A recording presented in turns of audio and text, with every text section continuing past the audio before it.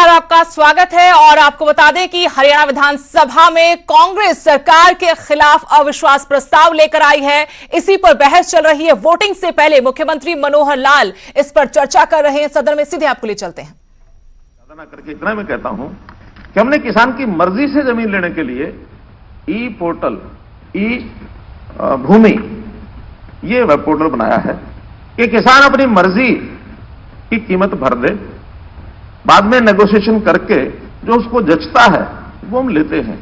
हमने इसमें सैकड़ों हजारों करोड़ जमीन ली है। जहां आवश्यकता होती है वहां लेते हैं। जहां बहुत ज्यादा दाम होता है फिर उसको भी समझ में आता है कि मैंने ज्यादा दाम भरा है तो वो नेगोशिएशन में ठीक करता है। कम तो बेचने वाला जितना भरेगा उसको कम तो क्यों भरेगा। जहां हमें लगता है कि हाँ इसका अंतर वहां के कलेक्टरेट से बहुत ज्यादा अंतर नहीं है, 30, 40, 50% का अंतर, हम तुरंत खरीद लेते हैं। जहां 100-150% का अंतर होता है तो वहां ये देखते हैं कि ये पैसा कहीं एक्वायरमेंट के, एक्विजिशन के ज्यादा तो नहीं। मुख्यमंत्री जी एक मिनट, सदन की जो कार्रवाई है वो 30 मिनट के लिए, और चलिए तो मैं जल्दी पढ़ता हूं। कुछ बिजनेस भी है इसके बाद। ठीक है। हमने एमएसपी पर 10 फसलों के जो खरीद की है वो सारे बता दिए गए हैं। गेहूं, धान, सरसों, चना, सूरजमुखी, मक्का, बाजरा, मूंग, कपास, मूंगफली। केंद्र इसमें केवल 2 गेहूं और धान खरीदता है, बाकी 8 हम अपने खरीदते हैं। पास की कोई भी सरकार नहीं खरीदती। नवजोत सिंह सिद्धू ने अभी पंजाब की असेंबली में हरियाणा का उदाहरण देकर के कहा है कि पंजाब को भी हरियाणा की तर्ज पर खरीदना चाहिए। हमने मेरी फसल मेरा ब्यौरा, किसान को कोई बेचने में कठिनाई ना आए उसका एक पोर्टल बनाया है। बहुत बढ़िया तरीके से उसकी खरीद हुई है। एक बात इसमें कि किसान को पेमेंट सीधी जाए, इसके लिए बहुत आग्रह पहले से चल रहा था। हम 3 साल से 4 साल से बातचीत करके पिछले वर्ष 50% से ऊपर किसानों को सीधी पेमेंट की गई, बाकी आड़तियों के थ्रू गई। इस बार हमने तय किया है क्योंकि जिसकी फसल, जिसका माल है, दाम पैसा उसी को मिलना चाहिए। आड़ती और किसान का रिलेशन क्या है लेन देन का वो जाने, लेकिन हम किसी दबाव में ना आकर के पूरी किसानों की 100% फसल की पूरी पेमेंट सीधी किसान के खाते में भेजेंगे। अब इस बार कोई ऑप्शन नहीं, तो इसलिए ये भी किसान के हित में हम एक फैसला कर रहे हैं। बागवानी फसलों के लिए भावांतर भरपाई योजना, सारा विषय पहले आया ही है कि 19 फसलें ऐसी हैं जिसके अंदर हम जो उसकी लागत होती है, लागत से अगर घाटा होता है वो सरकार देती है। एफपीओज की रचना की है, लगभग 486 एफपीओज बन गए हैं, 1000 का हमारा लक्ष्य है। बागवानी बीमा योजना के लिए जो 5% पहले प्रधानमंत्री फसल बीमा योजना में उसका प्रीमियम था, उसको हमने 2.5% कर दिया है। इसी प्रकार फलों और सब्जियों के जो शीत भंडार, कोल्ड स्टोरेज है, उसमें हमने 35% का अनुदान ये देना शुरू किया है। मधुमक्खी पालन पर बक्से और उपकरण के लिए 85%, 75% ये उनको अनुदान राशि देते हैं। मशरूम खेती के लिए 40% अनुदान देते हैं। पशुओं को पशु किसान क्रेडिट कार्ड योजना ये हमने लागू की है। 1,07,000 किसानों का बैंक के द्वारा स्वीकार कर लिया गया है कि भी उनको हम ये जैसे किसान क्रेडिट कार्ड योजना है वैसी पशु किसान क्रेडिट कार्ड, जिन किसानों के पास पशु उपलब्ध हैं या जो लेना चाहते हैं उनको लोन मिलेगा। ऐसे ही पशुधन का जो सुरक्षा बीमा योजना, ये पंडित दीनदयाल जी उपाध्याय पशुधन सुरक्षा बीमा योजना लागू की है। प्रगतिशील किसानों को प्रोत्साहन, उनको सम्मान, इसकी हमने योजना लागू की है। प्रगतिशील किसान ट्रेनर योजना, ताकि अपने जैसे वो किसानों को यानी और प्रोत्साहन दे और उनको ट्रेंड करें, ताकि प्रगतिशील किसान अगर आज 1 है तो अपनी जगह पर 5 या 10 किसानों को ट्रेंड करे, ताकि ये संख्या भाई डबल बढ़ती चली जाए। माइक्रो इरिगेशन की बात पहले आई है कि हमने 4 जिलों में एक विशेष अभियान चला करके इस बार माइक्रो इरिगेशन के लिए 85% का अनुदान ये देने की योजना बनाई है, ताकि हमारी जो पानी की कमी है वो पूरी हो और जहां पानी बिल्कुल पहुंचता नहीं है वहां माइक्रो इरिगेशन के माध्यम से पहुंच जाए। एक विषय है एमएसपी। विषय लंबा है, कानून के नाते से तो कंट्रोवर्सीज हैं, कानून बने कि न बने, लेकिन मैं उसका एक पहलू सामने रखना चाहता हूं कि देखिए, अगर ये एमएसपी का कानून बनता है तो इसके दुष्परिणाम क्या क्या होंगे, 2-3 वाक्यों में बोलता हूं, इसका अध्ययन करें सब लोग। पहली बात तो यह है कि अगर एमएसपी का कानून बनता है और गारंटी सरकार को लेनी पड़ती है तो इसके लिए कुल देश के पैदावार की जो इन्वेस्टमेंट चाहिए वो इन्वेस्टमेंट बनती है लगभग 17 लाख करोड़ रुपया। आज केवल 1.5 लाख करोड़ रुपए की होती है प्रोक्योरमेंट। टोटल बजट सरकार का, केंद्र सरकार का, वो 27-28 लाख करोड़ रुपया है, 30 लाख करोड़ से नीचे नीचे है। इसलिए अगर वो चीज लागू करें तो हमको अपने घर में देखना पड़ेगा, केंद्र सरकार को देखना होगा कि क्या 17 लाख करोड़ रुपया स्पेयर कर सकती है सरकार। इसका मतलब यह है कि बाकी सारे काम बंद करके हमको केवल प्रोक्योरमेंट के लिए 17 लाख करोड़ रुपया लगाना पड़ेगा।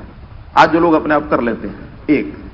दूसरा, अभी जैसे व्हीट और राइस है, हम इसकी अगर बात करें तो 6% किसानों का प्रोक्योरमेंट होता है, और सारी प्रोक्योरमेंट की जो राशि है 1,50,000 करोड़ रुपए की, उसका 55% ये हरियाणा और पंजाब से खरीदा जाता है, लगभग 1 लाख करोड़ रुपया बनता है। तो ये 1 लाख करोड़ रुपया हरियाणा और पंजाब में ही लगाया जाता है। अगर कहीं ये कानून बनता है तो इस कानून का लाभ तो सारे प्रदेश उठाएंगे, और अगर सारे उठाएंगे तो जितनी पैदावार जिस स्टेट में होती है वो उसी हिसाब से उनका प्रोक्योरमेंट का कोटा बन सकता है। अगर मान लो सारे, क्योंकि सब क्लेम करेंगे, और अगर सब क्लेम करेंगे तो फिर मैं पैदावार बता रहा हूं, वीट की पैदावार यूपी में कुल पैदावार का 31.98 यानी 32% वीट उत्तर प्रदेश में होता है, पंजाब में 18% होता है, मध्य प्रदेश में 16% होता है, हरियाणा में मात्र 11% होता है। अगर हरियाणा और पंजाब दोनों का मिलाएं तो यह 28.28% है वीट की पैदावार। वैसे मेरे को वो नहीं है, कोई आपको नहीं कर रहा है, 6% का आपने कुल प्रोक्योरमेंट होती है, हाँ, वो ठीक नहीं है। अब वो प्रोक्योरमेंट 16% तक पहुंच गई है।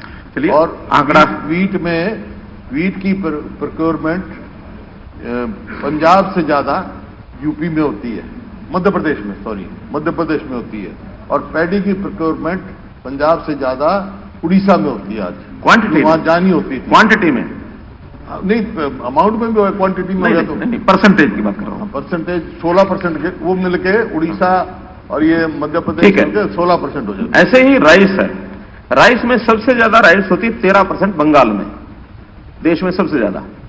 दूसरे नंबर पर पंजाब में है 12%, यूपी में भी लगभग 12%, थोड़ा सा कम है, फिर आंध्र, बिहार, तमिलनाडु, उड़ीसा, तेलंगाना, असम, छत्तीसगढ़, और 11वें नंबर पर है 4% हरियाणा। यानी कुल 4% हरियाणा में राइस होता पूरे देश भर का, और पंजाब और हरियाणा दोनों मिलाएं तो ये 16% के लगभग 11.85% बनता है। यानी वीट तो होता है दोनों का मिला के 28%, और पंजाब हरियाणा का राइस होता है 16%, लेकिन आज भी हमारे यहां टोटल का 55% हमारे यहां से प्रोक्योर होता है। अगर कहीं ये हो गया तो हमको ये जरूर अध्ययन कर लेना चाहिए, होगा नहीं होगा ये तो अब जो फैसले होंगे, लेकिन अगर हो गया तो इसमें सबसे ज्यादा लूजर अगर कोई रहेगा तो हरियाणा सबसे ज्यादा रहेगा, उसके बाद पंजाब रहेगा। मैं आपको अपनी एक अंदेशा बता रहा हूं, ऐसा भगवान करे ना हो, लेकिन ये ध्यान रखना चाहिए। अब इसी प्रकार एक विषय जो प्राइवेट मेंबर बिल हमारे हुड्डा जी लेके आए थे, मैं उसकी बात करता हूं। अब उसमें टेक्निकल चीजें हैं, हमारे बैठे हैं बत्रा जी, नहीं, लेकिन हुड्डा जी समझते हैं उसको सारे को।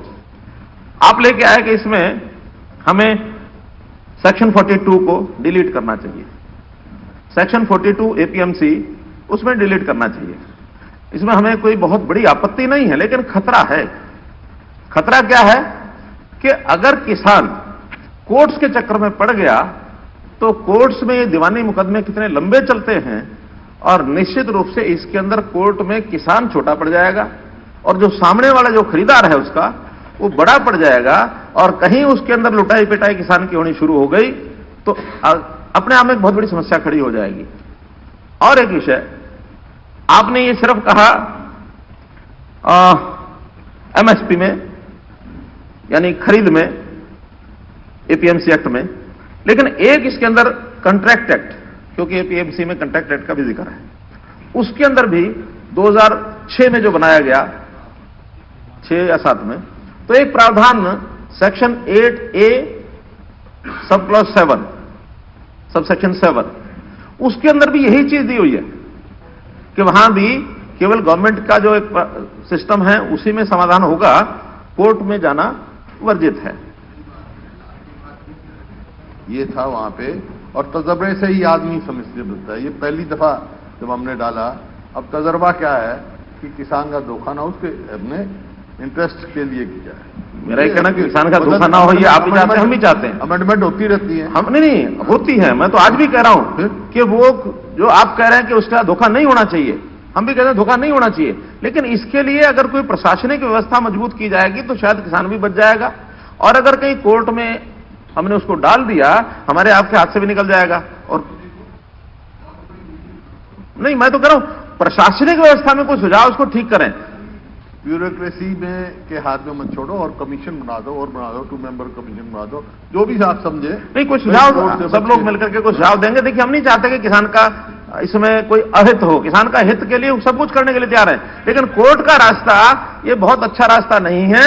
मैं तो अगली बात कहता हूं, अगर कोर्ट के रास्ते पर जाने के लिए पूरा सदन सहमत हो, भले वो एक्ट आपका प्राइवेट मेंबर बिल टेक्निकल कारणों से, टेक्निकल कारण कुछ है उसमें बताए हैं, तो इसलिए उन पर अगर हमने उसको छोड़ भी दिया, स्पीकर साहब ने, सुन तो लीजिए, अगली बात तो सुन लीजिए। मैं तो कहता हूं 7 यानी ये जो 8A का सबसेक्शन 7 उसको भी रिपील कर दीजिए, और 42 को रिपील करना उसको भी कर दीजिए, या दोनों की जगह नई व्यवस्था कोई करनी है। आज अपना दिमाग लड़ाएं, कल की छुट्टी है, परसों सवेरे भी अगर सब लोग मिलकर के कुछ चीज दे देते हैं तो हम ले आएंगे सरकारी प्रस्ताव लाके 15-16 तक हम इसको लागू करा देंगे, मुझे कोई आपत्ति नहीं। क्या सारा सदन सहमत है इस बात से? आओगे तो हम आपका धन्यवाद करेंगे। नहीं, मैं कह रहा हूं अगर सारा सदन सहमत है सर्वसम्मति से, कल को इसमें से फिर कोई बाहर जाने की बात होगी, हम एक बना देते हैं, चाहे उसमें बत्रा साहब को डाल दो, आप स्वयं हो जाए, कोई और वकील है वो हो जाए, इधर से भी 3 लोग डाल देते हैं। आप ले आओ, हम इस बात नहीं ले आए, नहीं, सुझाव सबको मिलकर बनाना पड़ेगा। और इस बात में भी मैं आपको बताना चाहता हूं कि जहां स्टेट का मामला है और प्रदेश का मामला है, हम विपक्ष में हैं, लेकिन हम आप और मिलकर स्टेट के मामले में एक हैं। मैं वही कह रहा हूं, लेकिन इस रेजोल्यूशन को बढ़ाने के लिए, इस प्रस्ताव को बढ़ाने के लिए कोई एक बॉडी बनाकर जो इसमें लीगल पॉइंट जानते हैं उनको बैठा करके 4 या 5 लोग बैठ के एक प्रस्ताव बना दें। हम उसको LR AG से दिखा करके, अगर कहीं उसमें लीगल कोई अंतर नहीं है तो हम किसान के हित में, अगर लगता है कि हाँ वहीं कोई प्रावधान करके हम सरकारी जो सिस्टम है, SDM है, डिवीजन कमिश्नर है, या कहीं कोई कमीशन है, उसके माध्यम से करना है तो वो कर लें। और सबको ये लगता है कि नहीं कोर्ट का रास्ता खोलना है तो हमें कोई आपत्ति नहीं है, लेकिन इसमें नुकसान जो होगा फिर उसके सब जिम्मेदार होंगे, कोई एक सत्ता पक्ष जिम्मेदार नहीं होगा। नहीं, वो लैंड रेवेन्यू का विषय है, सारा है, लेकिन ये तो तुरंत फसल के जो मामले हैं वो चाहते हैं कोर्ट में ले जाना, उसका कितना बड़ा नुकसान है बैठ के विचार करेंगे। हाँ, कि jurisdiction under the APMC Act that can be exercised by the farmer or the civil court, यहां तक लिखा है कि सेंट्रल एक्ट के अंदर भी जो प्रोविजन दिए हुए हैं, अभी तक सेंट्रल एक्ट स्टे है, उसका फेट क्या होगा ये समय बताएगा। पर APMC एक्ट में जो jurisdiction आपने डिफाइन की हुई है, ये प्रोसीजर डिफाइन किया हुआ है कि पहले मार्केट कमेटी के पास जाएगा, डायरेक्टर के पास जाएगा, देयर इज ए प्रोविजन। उसके बाद सेकेंड ऑप्शन उसकी जिम्मेदारी किसान की है कि he can go to the civil court also. This is the both option. Not only civil court. That's the executive court procedure can also be there if there is need then. मेरा ये कहना है कि हम इसमें open हैं, हम इसमें कहीं कोई विरोध नहीं है। किसान के भले में जो होता हो बना करके उसमें हमारे यहाँ से बैठ जाएंगे हमारे अभय सिंह जी, रामकर गौतम जी, बत्रा जी, ठीक है, बत्रा जी, आफ्ताब अहमद, और एक अपने यहाँ से लॉ ग्रेजुएट और कौन है? घनश्याम जी हैं या सुधीर सिंगला जी? ये हमारे सुधीर सिंगला, गुड़गावा सुधीर सिंगला जी, ठीक है, 4 हो गए, एक आध और को देख लेंगे। हाँ, कोई एक मंत्री भी डालना होगा तो वो डाल लेंगे। तो ऐसा सब मिलकर आपने नहीं, 2 आदमी आप दे दो, कोई 2 देने, कोई 2, हाँ आप 2 दे दो, कोई 2 आप दे दो। चलिए आप सोच करके आप शाम तक हमारे ऐसा करें, शाम तक ये नाम 2 कृषि मंत्री जी, ठीक है, कृषि मंत्री जी आप लिख लें, भूषण बत्रा और अपने किरण जी, इधर रामकर गौतम जी, और 2 इधर से को लेके बैठे हैं दलाल साहब। हाँ, आ जाएगा, कहते किरण जी मेरी मानती नहीं है। आपको तो सुझाव लेना है। अच्छा चलिए आप नाम लिखो, फिर कमेटी बाद बनाएंगे। आप इनका नाम ले लो, बना लेंगे।